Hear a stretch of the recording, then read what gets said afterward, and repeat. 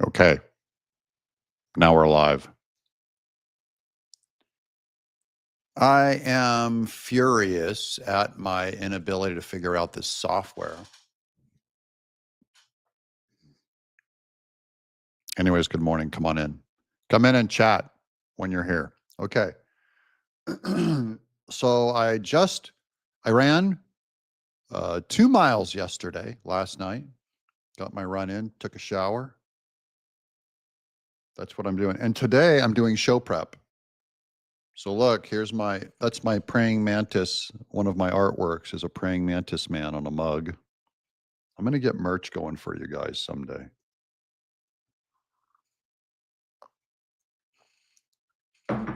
Oh. First video we're doing today. So I look at all the news. There you go. Paul Dogg's morning, Doug. See, I just now closed. Paul, were you there on the other chat? I just started a morning stream and it was wrong, so I had to kill it. And boy, am I angry at my equipment. I'm right now. There's Linda. Were you on the other stream that I started that I killed, Linda? I want to find people that were over there to see if you can hear me now. Nope, you were not. I'm having trouble figuring out the streaming stuff. Okay, you were there. Okay, Linda was. Just to tell you guys my problem, I was using YouTube's streaming software that I'm not very familiar with. And so you guys were in that other stream that I started earlier and I had no sound. I had no idea how to make the microphone go. So that makes me angry because what happens is you only get 3 notifications a day maximum from YouTube. So if I sent you a notification on that first stream, then you're only going to get 2 more notifications from YouTube. So one might be for this show and one might be for one of my 3 episodes. So this is the danger of streaming. It could mean that you don't get notifications, though I do 3 videos today. YouTube only sends a maximum of 3 notifications a day. So it just means you have to check into my channel, make sure you're up to date on everything. But it's very hard for live streams, very hard. YouTube's kind of designed for you to only do 1 video a day, either stream or a regular long form content, because they'll only show you usually one or the other. So I want to do 2 more bonus streams tonight. One is going to be the date night with the beloved Miss Tenaple, which we have agreed is going to be 7 p.m. tonight. So that's Central. So that's 8 o'clock. That would be 6 o'clock Eastern, 7 o'clock Central. Something like that. Anyways, 7 o'clock Central, Beloved Miss Tenaple and I are going to sit here and have a conversation, but it's only for the tier that are on the Doug and Angie level. This one that we're doing here is going out to everyone who's a member. Members only. Correct? I believe. Okay. I believe you're all members here. You'll find my other videos. Okay, thank you. Yeah. Yeah. In a way, you don't want to be too reliant on notifications. You want to go and find the channels you want to watch, click videos under the channel name, and then just watch all their videos. And then check the live content too, because sometimes I put up live in a different tab. Ugh, what a mess. YouTube, come on. But the beloved Miss Tenaple made me some spam, cooked spam and eggs this morning. I don't have the lights on back there because this is a casual stream where I tell you about my strategy.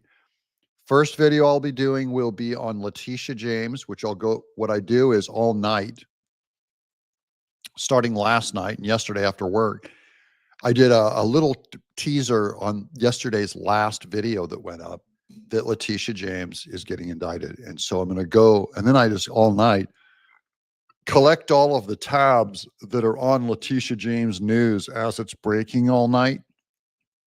And then when I go to actually record the episode for you guys that will go up today at noon Central is when I post it, at noon Central CST.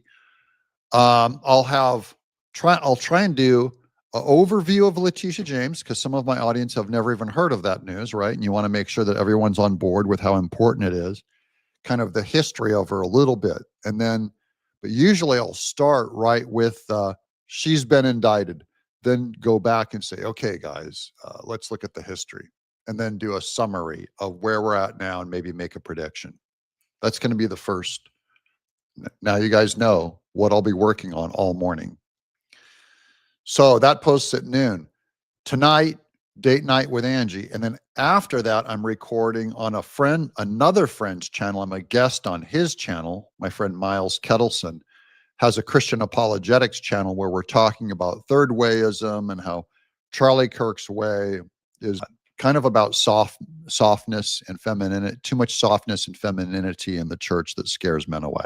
It's kind of what that subject is. So we're doing very casual, shaggy hair today. That's another one. Yeah, Doug and Angie, high five. That'll be tonight. You'll get to see the Blood and Staple. I'm just going to ask her about how she helps run this channel. I'm going to ask her questions about her work here.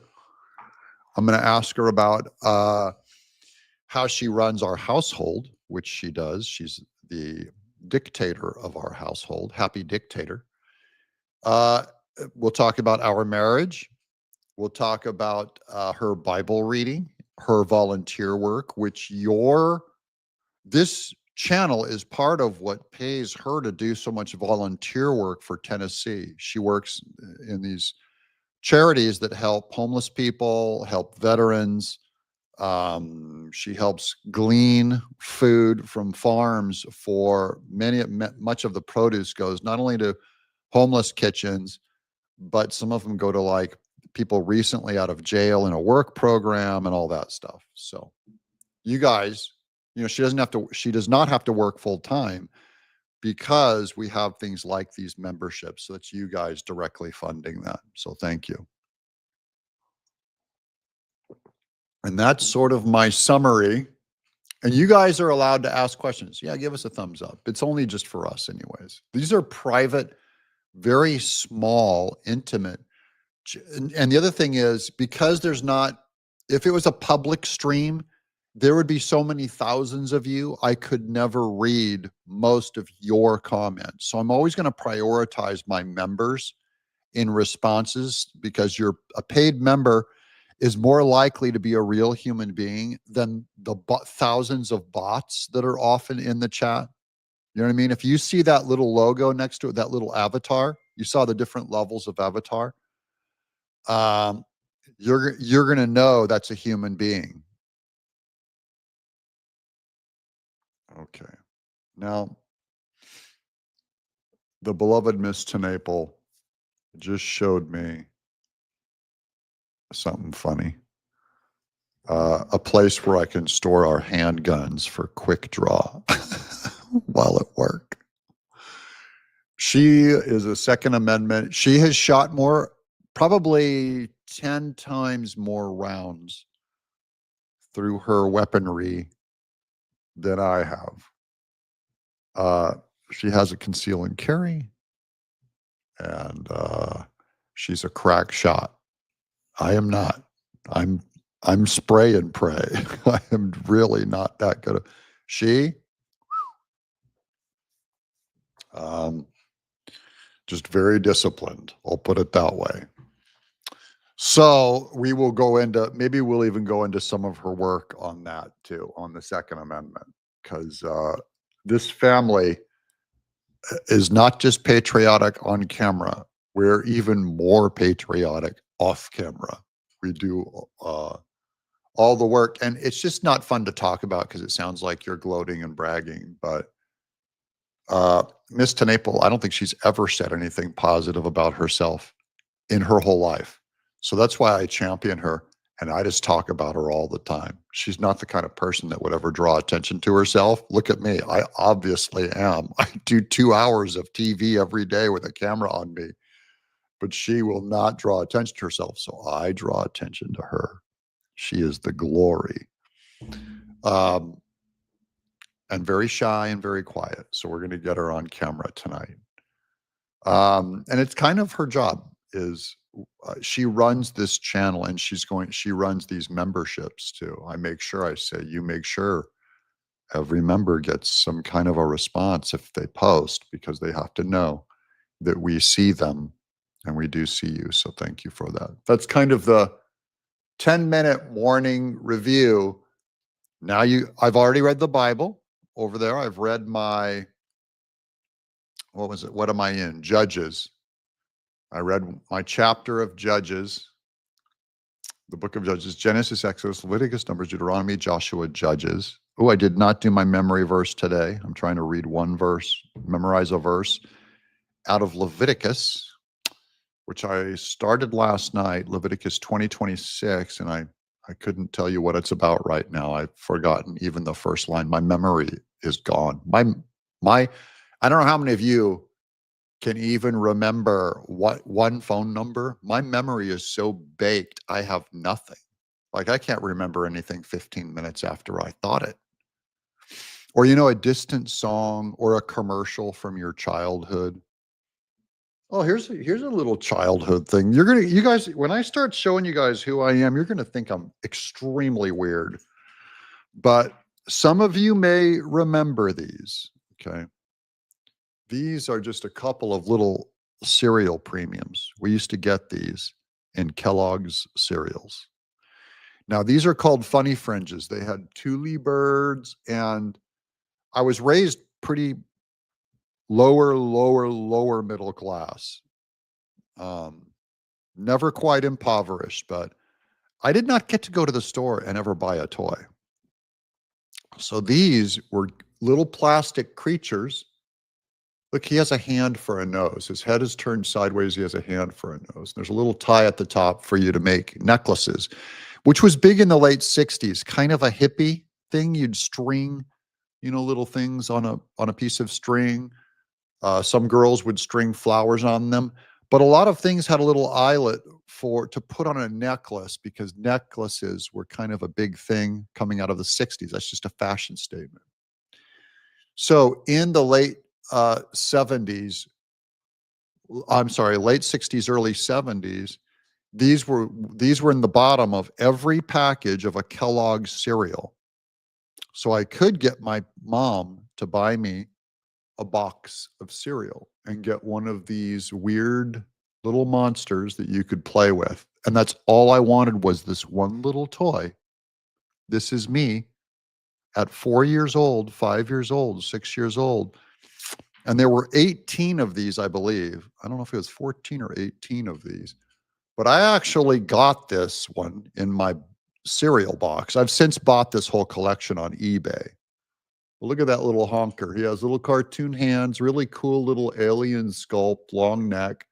And this is where a lot of my ideas came from early on in making monsters.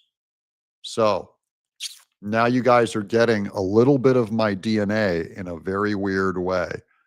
I had this guy too. I had him in turquoise. I remember these. These are my earliest memories. And this is all I cared about was my little toy. I'd sit on the carpet and pretend like they were going on adventures. And it also got me to draw them from a very early age. See there's a little eyelet at the top. So plastic cereal. Oh yeah, Cracker Jacks boxes too. That's right. Mr. Rojas.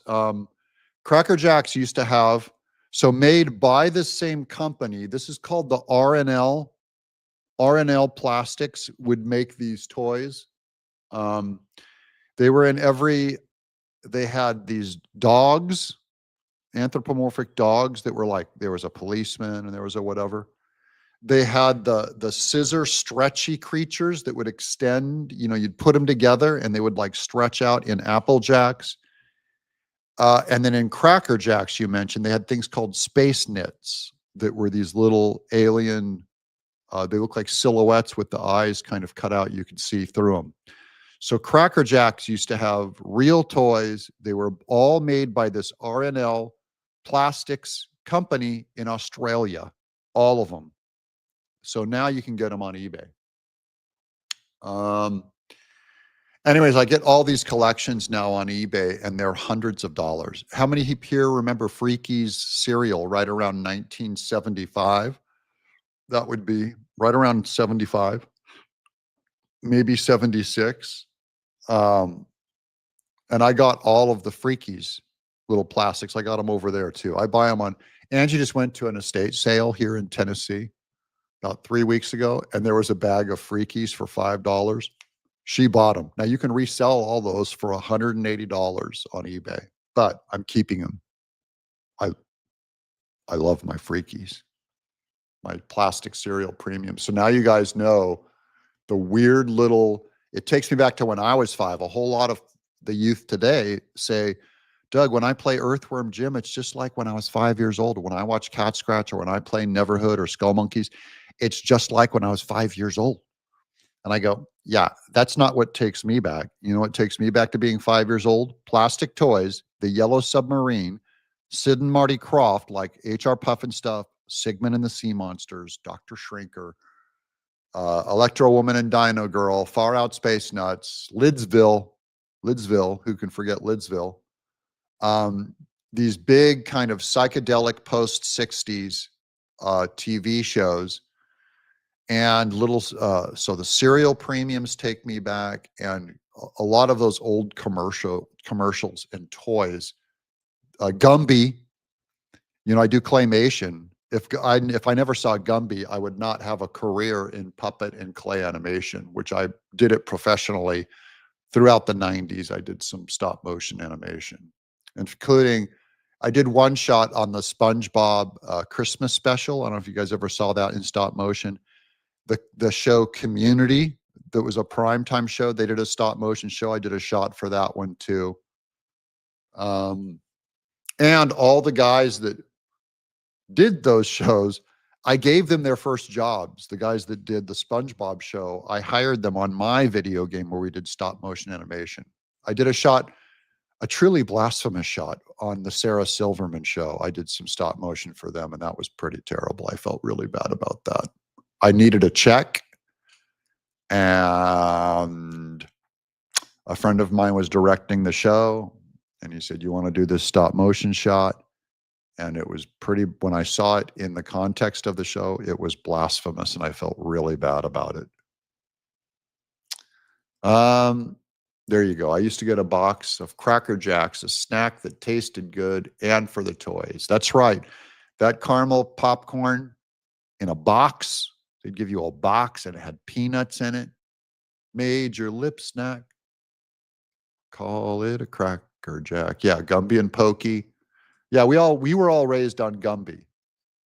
Gumby was everywhere. And Davy and Goliath, which is also by Art Clokey, who later got paid for by the Lutheran Church to do Davy and Goliath episodes, little biblical stories. So Sesame Street was real big too. I would sew puppets. My dad is this carpenter, right? Post-military carpenter. And he comes home and his son is on the floor sewing puppets. He thought for sure I was gay. He goes like, there's no way. Look at this kid, this scrawny kid sewing puppets. Love my dad. Doctor Who, Star Trek reruns. Yeah, some of those were a little too intelligent for me until I got older. And then all the music I listened to is late 60s, 70s, and 80s is what both Miss Snaple and I, we met in the 80s. So we're very big 80s music fans. Thanks for sharing. Sharing is caring. Yeah, I didn't just, if you're fans enough to fund this channel, that I'm going to give you guys a really deep look into my life is what this is about. So it's not totally disconnected from the news. I'm not saying this is just personal fandom and stuff. But so I will show you the products I put in my hair and shaving techniques and all that. But it's most in time with the family. But it really is kind of, this is the life that we're protecting through our politics and through our vote. This life that we live, right? You have your own little knickknacks, you have Hummels and Precious Moments figures, and you have your gun collection. You have your favorite couch and all that. That personal life is what a over-intrusive government will threat, including our right down to our freedom. And our freedom includes the ability to go and eat Kentucky Fried Chicken instead of or machine-made meat, at the legal level when they make meat illegal. Do you want a government that does that? Bill Gates wants that. So the uh, this is kind of a soft defense of not just my life, but our lives. This is what it means to be an American, especially in modernity, being born this year, being not born this year, but being alive in these times. This is the freedom that we're defending. So there. I hope that wraps. How's that for wrapping up the show? I don't know about the old Doctor Who. I have a friend who directed some of the woke Doctor Who's. My friend is a director out in Scotland. We stayed at his house. They're very good friends of ours, actually. And he directed one of the new female woke Doctor Who's. So I like his directing. I don't like the female woke Doctor Who. I like the original Doctor Who back when it was on video and really crummy looking. I also like the movies. Peter Cushing played in one of those movies, who was in Star Wars, the guy with the deep skull face. Peter Cushing was in one of those old Doctor Who movies. I don't know how many of you ever got the Famous Monsters of Filmland magazine I used to watch. I used to buy by Forrest Ackerman. And they had those beautiful painted covers, and we'd read about all the monster movies inside, what Ray Harryhausen movies were coming out, and they'd have Doctor Who pictures and stuff in it. So I'm just giving you a little bit of my background. Here's, yes, it has been said, you will own nothing and you will be happy. That's right, Linda. Love all the things that have followed me through many moves in my life. Well, that's kind of, we're made up of a lot of pop junk. We're made up of the Beatles, and we're made up of U2. We're made up of Depeche Mode and Jimi Hendrix and AC/DC and the Star Spangled Banner and Johnny Cash and baseball, hot dogs, apple pie, and Chevrolet. Those are part of our communication devices. They're part of the little cultural things that bring us comfort and identify us as Americans. If you go to Africa, trading a certain color of bead or wearing a certain headdress or hunting a certain animal is your culture. Those are your touch points. Those are what make you, it's how you just start constructing, like the birds that construct a nest, or a decorator crab that puts things from his environment on his back, and he starts to look like his environment, the decorator crab. That's what we do. We decorate our lives and ourselves with our surrounding culture. Doug, what's your favorite Beatles song? You guys can tell me yours too. Wow. That's a hard one, because I like different Beatles songs for different reasons. I think the cat's meowing here. Come here, cat. Help I like a lot, because Help is a plea. There's an emotion in it, and it's got that great hook. Help me keep my feet back on the ground. There's like that chord progression. The Beatles had the hook, the chord progression. It was like a commercial. Incredible. So all Beatles songs are hooky, catchy. They knew that. They knew how to produce that regularly. I love How Can You Laugh When You Know I'm Down? That one has John Lennon screaming. It's an early one when they were doing early covers of 50s rock and roll. That one's wonderful. For the ethereal, weird acid trip, transcendental stuff, I mean, Strawberry Fields Forever is pretty amazing.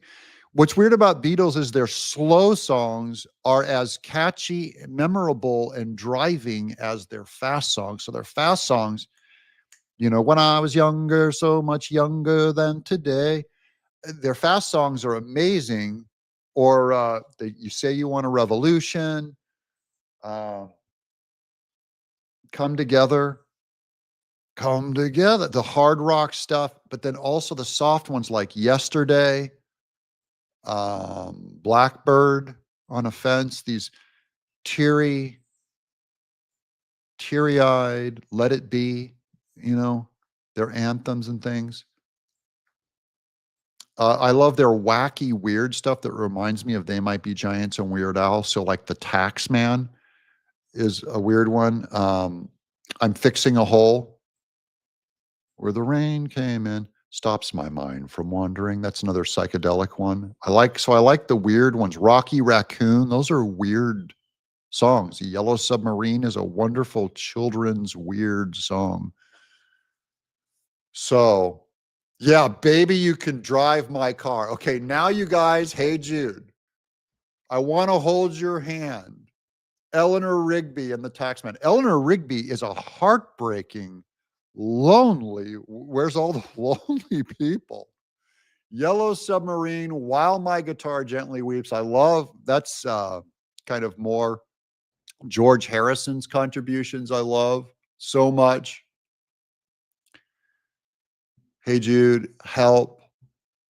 Yeah, the Beatles songs were also short. Yeah, they got in and got out. They were made for radio. My dad raised me on those albums too. You guys have all those albums. I think I like Rubber Soul as an album. I like the White Album is a favorite. And Let It Be, my dad had, we would spin that. And it just takes you back and it kind of breaks your heart. It makes you feel, when you go back and do nostalgia, which is like a drug, nostalgia is like a drug. And you go back to those songs, it puts a longing in you. And I think a lot of it is kind of regret and feeling like you missed out on your youth. There's kind of this regret like, oh, we can't go back to that. I can listen to what made me feel, what was recorded then, but I can't go back. Time is sequential. It only goes one way. That second law of thermodynamics of everything going to a point of inertia and running out of gas, and our body is sagging and aging out and can't replace the cells as fast, and the skin droops, and you start feeling the aches, when I was younger, so much younger than today. When you're younger, you don't have a care. Or like that line in It's a Wonderful Life. Oh, youth is wasted on the wrong people. Are you going to kiss her? That's what old people say when you see two people talking. Or, well, are you going to just go kiss her? What are you waiting for? And the young person's like going, oh, what will they think of me? Old people wisdom. My parents didn't let us listen to the Beatles' devil music. Now, I imposed a lot of that on myself. I believe that rock and roll was evil in my youth. After seeing what rock and roll became, I think we might have been right, actually. But I wouldn't listen to Zeppelin or AC/DC back then. Then later, I think when I understood a little more that things weren't coming to get me, I allowed myself to listen to rock and roll. But I still love a cappella. I was in a teen quartet. I love a cappella. Our church sings a lot of a cappella music. I love the old quartets of like the Masters Five and the Blackwood Brothers. J.D. Sumner, he used to sing background for Elvis and stuff. I love old-timey music. Yeah, I'm not a Metallica fan. I know a lot of people like them. I like the Bee Gees a lot. Yeah, old country. I was also raised on, the Outlaws, Johnny Cash, Waylon Jennings, Chris Christopherson, Merle Haggard, Willie Nelson. One thing I don't like, and this is a very unpopular take, I think a lot of you are going to hate me right now. I do not like Dolly Parton. I think she's a big plastic hoe. And I've got friends who've worked for her. And I think it's fake Southern nice. Now everyone hate on me. Go ahead. Let me hear, because she's like this patron saint of country. She's like sacred. You don't say anything bad about Dolly Parton. I'm like, she's like country music's Christian porn star. Okay. Now you're all mad at me. I said it. I'm about 8 years older than you. Oh, Queen. Oh my goodness, yes, Queen. Queen, Nancy, you got me. The best of Queen, there ain't a bad song on it. Queen, on their Best of Queen album, I think 1 and 2, Queen the Hits, there ain't a bad song on it. I think they are the greatest rock band, and commercial and just kind of light and fun. Freddie Mercury, all of them are just incredible. They got a new lead singer and they're trying to go at it again. But Emerson, Lake and Palmer, there you go. Yeah, very good stuff. Not mad at all. You're allowed to love Dolly. Yeah, Dolly, the COVID Nazi. That's terrible. Oh, Linda Ronstadt. Oh, Linda Ronstadt. The Blood Miss Maple, I was driving down the road and Blue Bayou came up. And I almost started crying. Blue Bayou, I go, listen to that voice. This is her first big hit. It's insane. That's back when she was dating George Lucas, who made Star Wars. Linda Ronstadt and Jerry Brown, the governor of California. She dated Jerry Brown. Linda Ronstadt, I think she's my favorite female voice of all time. If you ever get a chance to get her covers of these standards, I think that album came out in '89. Oh my goodness. Her and Katie Lang, my favorite. She's that lesbian.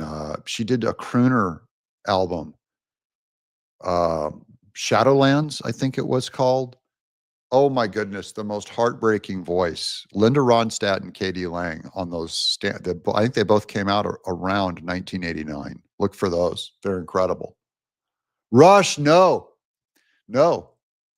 Rush.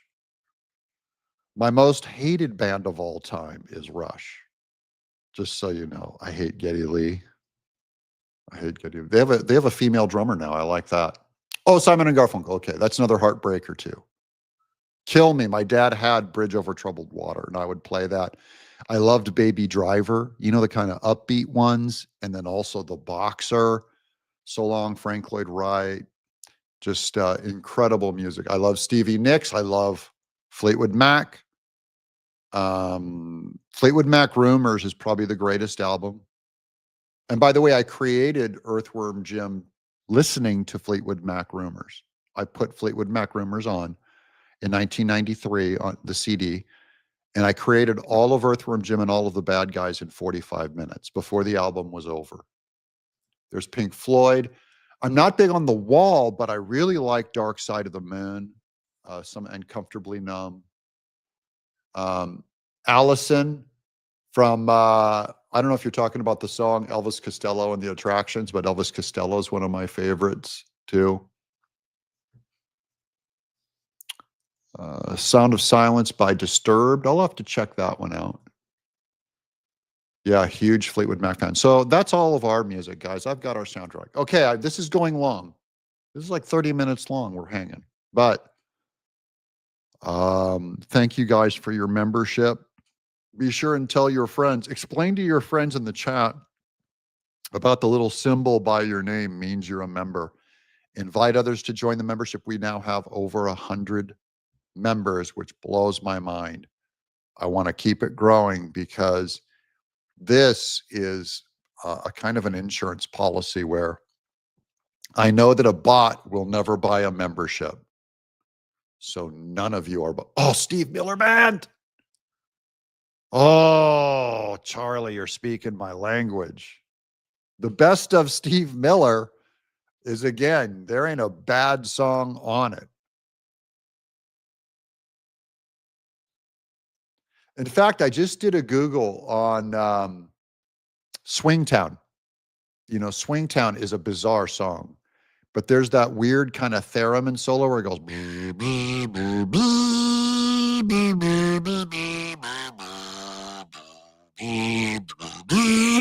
And that song came out in 1977. Come on, Swingtown. There's Diesel. That organ sounds exactly like the In Search Of theme song. The TV show In Search Of with Leonard Nimoy. Think of the theme song.